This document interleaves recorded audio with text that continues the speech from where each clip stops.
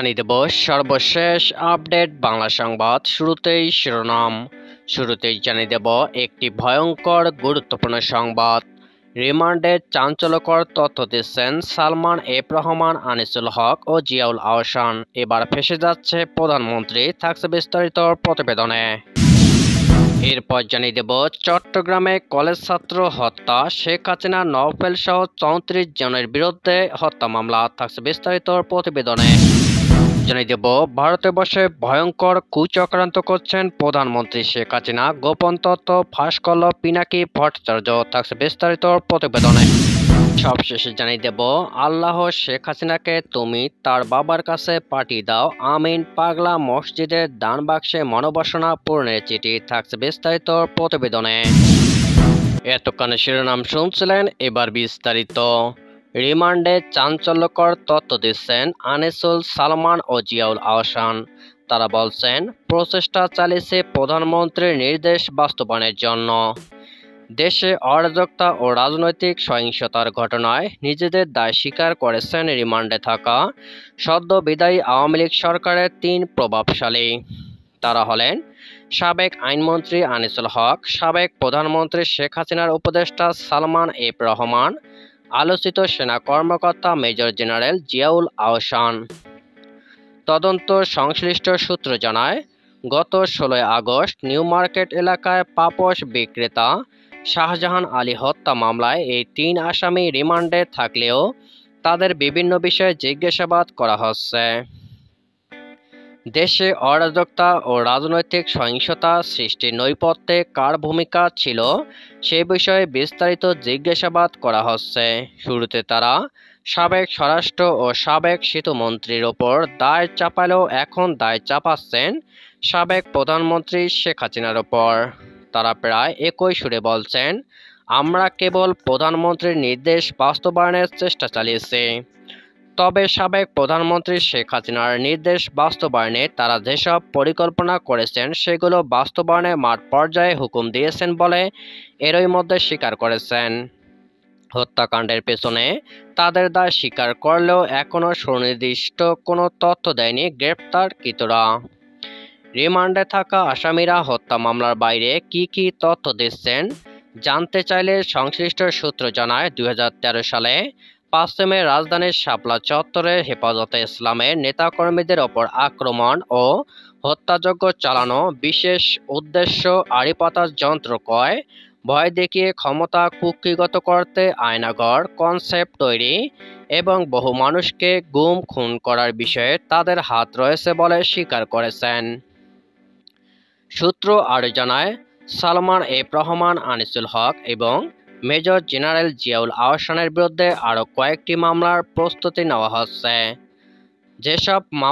যেসব ঘটনার মামলা হবে সেগুলোর মধ্যে রয়েছে শেয়ার কেলেঙ্কারি, মতিঝিলের শাপলা চত্বরে হেফাজতের নেতাকর্মীদের ওপর আক্রমণ, নিধন, আড়িপাতা যন্ত্র, পেপাসাস, সফটওয়্যার ক্রয়, আয়নাঘর কনসেপ্ট এবং অসংখ্য গুম খুন সহ নানা আর্থিক অনিয়ম দুর্নীতির ঘটনা। ঢাকা মহানগর পুলিশের সংশ্লিষ্ট সূত্র জানায়, রিমান্ডে থাকা আসামি সালমান এফ রহমান এবং আনিসুল হকের দেওয়া তথ্য অনুযায়ী গ্রেপ্তার করা হয়েছে জিয়াউল আহসানকে। তারা 3 জনেই এখন নিউ মার্কেট থানার একটি হত্যা মামলার ঢাকা মহানগর গোয়েন্দা ডিবি পুলিশের হেফাজতে রিমান্ডে আছেন। এদিকে যে মামলায় তাদের রিমান্ডে নেওয়া হয়েছে সেই মামলার এজাহার সংশোধন করা হচ্ছে। মামলার বাদী শনিবার সংশোধনী এজাহার থানায় জমা দিয়েছেন, পরে সেটি আদালতে পাঠানো হয় বলে সংশ্লিষ্ট সূত্রে জানা গেছে। ডিএমপি নিউ মার্কেট থানা দায়ের হওয়া হকার পাপোশ বিক্রেতা শাহজাহান আলী হত্যা মামলায় মঙ্গলবার গ্রেপ্তার করা হয় সালমান এফ রহমান এবং আনিসুল হককে। বুধবার তাদের আদালতে হাজির করে 10 দিনের রিমান্ডে নেওয়ার আবেদন জানায় পুলিশ। শুনানি শেষে আদালত তাদের 10 দিনের রিমান্ড মঞ্জুর করেন। পরে আদালত থেকে সরাসরি তাদের ডিবি কার্যালয়ে নেওয়া হয়। গ্রেপ্তারের পর শুক্রবার জিয়াউল আহসানকে একই মামলায় আদালতে হাজির করে তার 10 দিনের রিমান্ড চাওয়া হয়। শুনানি শেষে আদালত তার 8 দিনের রিমান্ড মঞ্জুর করেন। 3 জনেই এখন ডিবি হেফাজতে পুলিশের রিমান্ডে আছেন। সূত্র জানায়, সালমান এফ রহমান, আনিসুল হক এবং জিয়াউল আহসানকে দুটি টিমের মাধ্যমে জিজ্ঞাসাবাদ করা হচ্ছে। একটি টিমে আছেন নিউ মার্কেট থানার ওসির নেতৃত্বে মামলার তদন্ত কর্মকর্তা সহ জুনিয়র পুলিশ কর্মকর্তা। তারা মূলত থানা পুলিশের সদস্য। অপর একটি টিমে আছেন ডিএমপি সদর দপ্তর এবং ডিবির কর্মকর্তারা। এই টিমটি করা হয়েছে মূলত উচ্চ পর্যায়ের কর্মকর্তাদের সমন্বয়ে। জুনিয়র টিম কেবল মামলার রহস্য উদ্ঘাটনের বিষয়ে জিজ্ঞাসাবাদ করছেন। তারা মামলার এজাহারে বর্ণিত অভিযোগের বাইরে কোনো বিষয়ে জিজ্ঞাসাবাদ করছেন না। আর সিনিয়র টিমটি জিজ্ঞাসাবাদের ক্ষেত্রে কেবল মামলার বিষয়বস্তুর মধ্যে সীমাবদ্ধ থাকছেন না, তারা রাষ্ট্রযন্ত্রের বিভিন্ন বিষয়ে জিজ্ঞাসাবাদ করছেন। তবে ডিবির বেশিরভাগ পদস্থ কর্মকর্তা উন্নত বদলি হওয়া, এখন নতুন আদেশপ্রাপ্ত সব কর্মকর্তা এখনও যোগদান না করায় ব্যাপক জিজ্ঞাসাবাদ সম্ভব হয়নি। প্রভাবশালী আসামি হওয়ায় কেউ কেউ তাদের জিজ্ঞাসাবাদে ভয় পাচ্ছেন। জিজ্ঞাসাবাদের সময় আসামিরা কী ধরনের অভিব্যক্তি প্রকাশ করছেন জানতে চাইলে সংশ্লিষ্ট কর্মকর্তা যুগান্তরকে বলেন, আনিসুল হক বেশিরভাগ সময় হাসছেন, বলছেন প্রধানমন্ত্রী শেখ হাসিনা আমাদের যে গাইডলাইন দিতেন আমি সেই গাইডলাইন ফলো করেছি মাত্র। হত্যা মামলায় কেন আমাকে রিমান্ডে এনেছেন? যারা সরাসরি কিলিংয়ে হত্যা নিয়েছিল তাদের ধরেন।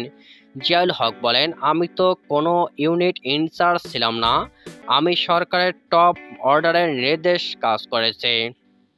তার কাছে তদন্ত সংশ্লিষ্টদের প্রশ্ন ছিল, আপনি তো NTMC national telecommunication monitoring centre এর মহাপরিচালক ছিলেন, আড়ি পেতে মানুষের প্রাইভেসি নষ্ট করেছেন, আপনার নির্দেশেই বিরোধী মতের অনেককে আয়নাঘরে নির্যাতন চালানো হয়েছে, গুম খুনের শিকার হয়েছে অনেক। তখন বলেন, আমি তো স্বরাষ্ট্র মন্ত্রণালয়ের অধীনে কাজ করেছি, মন্ত্রণালয়ের নির্দেশ বাস্তবায়নের চেষ্টা করেছি। যে আয়নাঘরের কথা বলা হচ্ছে সেখানে আমাকে 8 দিন রাখা হয়েছে, এরপর আমাকে গ্রেপ্তার দেখানো হয়। চট্টগ্রামে বৈষম্যবিরোধী ছাত্র আন্দোলনে কলেজ ছাত্র হত্যার অভিযোগে সাবেক প্রধানমন্ত্রী শেখ হাসিনা ও শিক্ষামন্ত্রী মহিবুল হাসান চৌধুরী নওফেল সহ 34 জনের বিরুদ্ধে মামলা হয়েছে। শুক্রবার রাতে নগরীর চান্দগাঁও থানায় মামলাটি হলেও শনিবার দুপুরে জানাজানি হয়। বিষয়টি নিশ্চিত করেছেন থানার পরিদর্শক তদন্ত সাবেদ আলী। জানা গেছে, 18 জুলাই নগরীর বহদ্দার হাটে কোটা সংস্কার আন্দোলনকারীদের সঙ্গে পুলিশ ছাত্রলীগ যুবলীগ সংঘর্ষে কলেজ ছাত্র তানভীর সিদ্দিকী 19 গুলিবিদ্ধ হয়ে মারা যান। তানভীরের চাচা মোহাম্মদ পারভেজ মামলাটি করেছেন। পাগলা মসজিদের দানবাক্সে টাকার সাথে মনোবাসনা পূরণের বেশ কিছু চিঠি পাওয়া গেছে। তার মধ্যে একটি চিঠি সামাজিক যোগাযোগ মাধ্যম ফেসবুকে ভাইরাল হয়েছে। বেনামে ওই চিঠি লিখেছেন এক ব্যক্তি।